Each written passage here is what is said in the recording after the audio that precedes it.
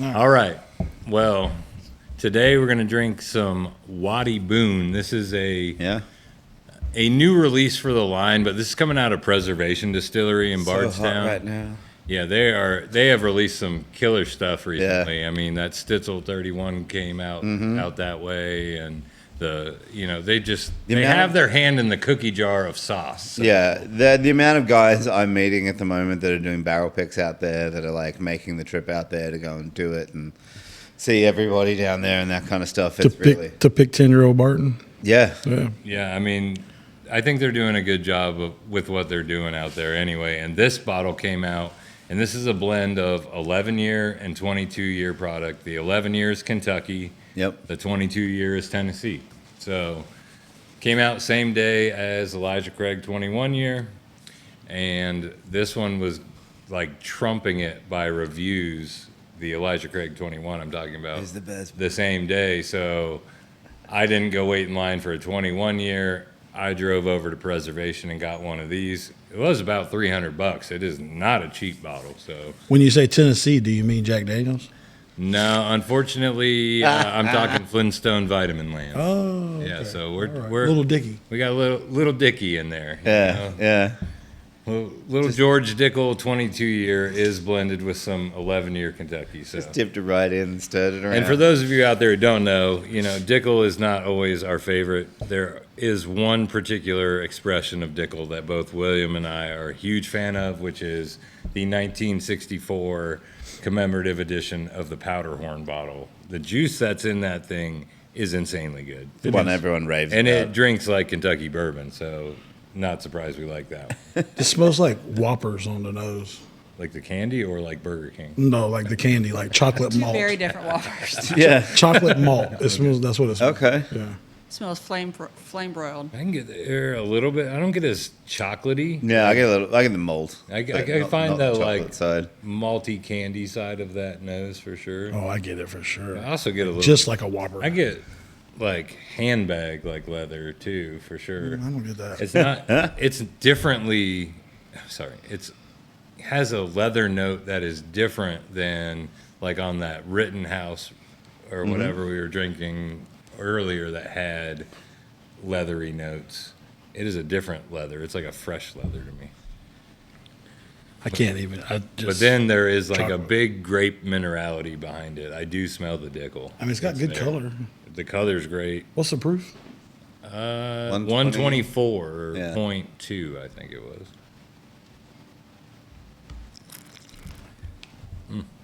I mean, I am not mad at how it hits my palate at all. no. On the front palate, it is delicious, sweet, and oily. Deep, oily. I taste malt on the palate too.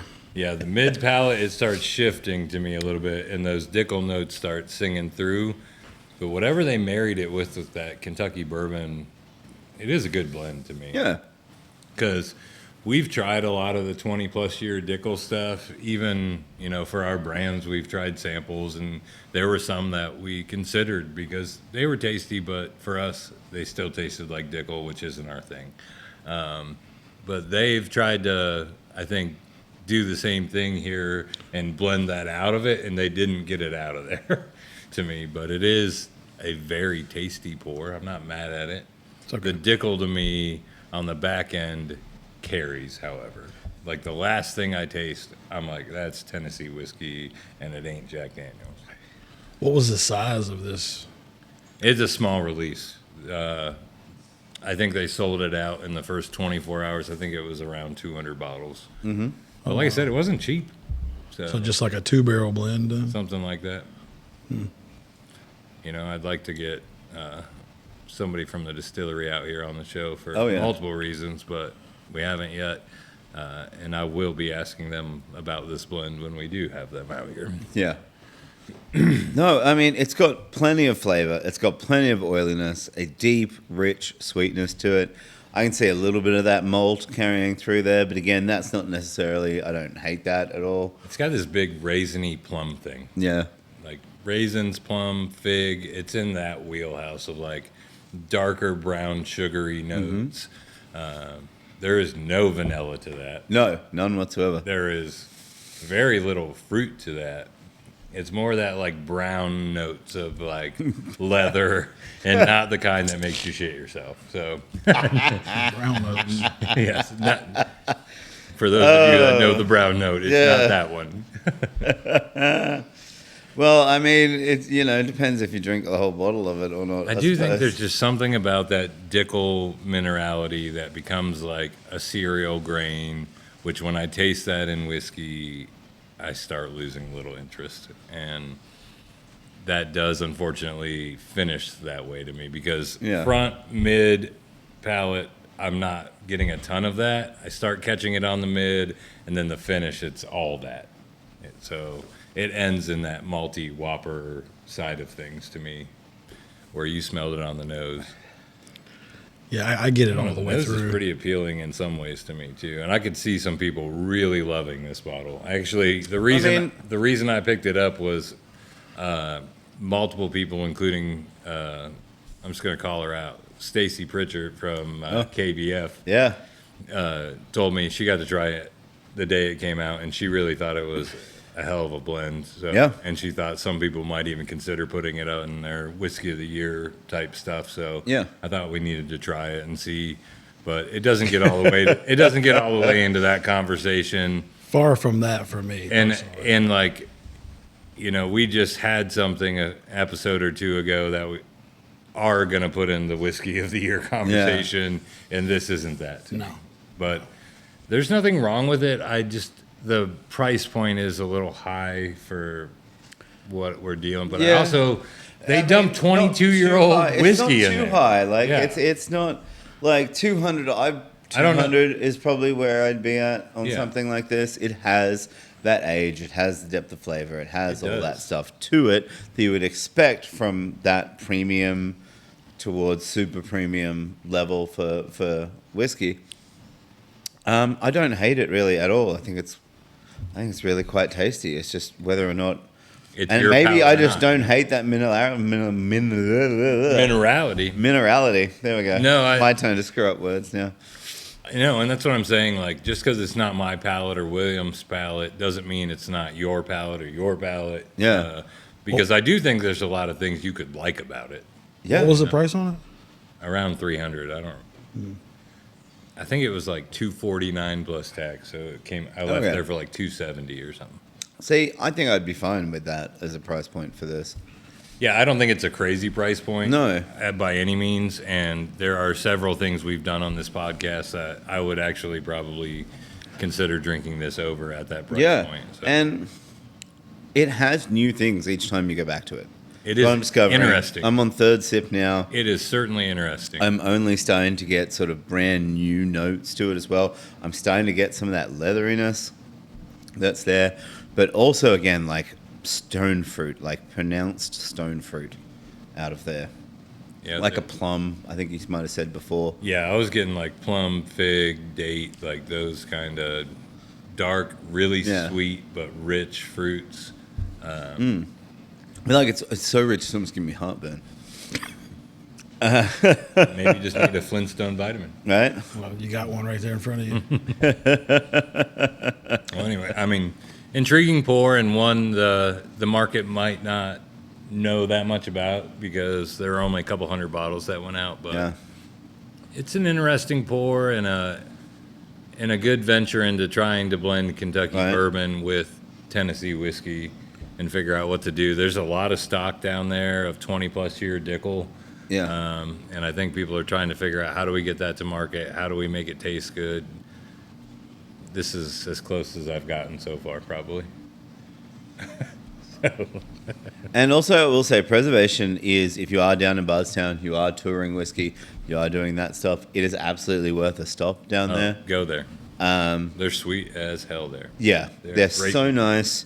And I've heard nothing but great things from people who go and do picks down there and that stuff as well. So, And man, they've got secret caches of amazing juice in there Uh-huh. too. So, we've seen over the last 5-10 years some things come out of that place that were like there's one in particular, distilled in 1982, 17-year-old in the barrel Stitzel Weller that Yeah. was then vatted for Yeah. 25 years and released in 2024. Like, Yeah. what the hell are we talking? That's ridiculous. Like, they have their hand in the cookie How jar. do you even get that? Like, So I'm saying they've got their hand in the cookie jar. They know what they're doing, and I'm excited to see what comes next. Even though this one wasn't a complete home run for me, but it is very good. yeah. So, All right. William, you're up on the wheel. Oop. Yeah. My turn, huh? Don't All spin right. a 7. 6, 7, 6, 7, 6, 7. Oh, it's got that wild wiggle to it at the moment. It's really I loosened it up. just trying to goose those numbers. Ooh, 10. 10. All right, 10. we have not had a 10 in a very, very long time. Man, I will say, It lingers. maybe my favorite thing is after it's like gone, how my mouth tastes now. Yeah. Like that minerality kind of leaves. Like you had a little And it's dickle in it. Yeah, I had a little dickle in my mouth and it left a little leather. Yep. Oh. You're welcome, Tom. Jesus. I finished mine. You want mine? Maybe. Oh, we got. Ooh. Tiny little pour. This is going to be interesting. This All is. right, so sample Yeah. roulette today. These are samples sent in from you, the viewership. So thank you very much for Uh-huh. continuing to refresh the wheel, even though we spin a 7 every time. Yep. But William found us a 10, so this might be from like Yeah. the way back. I don't Yeah, know. the Wayback It Machine. smells good. I like that there's hardly Oh. any in the glass. That means somebody didn't Yeah. want to share it. Yeah. That's, yeah. Oh, the nose does smell good. Yeah. I get like vintagey notes off it. Yeah. It's Oh. got that ever so slight, but not in a bad way, like vinegariness that I often get from older bottles. There's also like a crisp citrus note. Yeah. That's like. Normally, when I get that note, it's more like lemon pledge, but it's not that. It's like orange. Yeah. I will say lemon pledge and orange are probably my two biggest citrus notes that I get out of anything. I don't know what the heck to think about that on the nose. It smells old first- and inviting to me.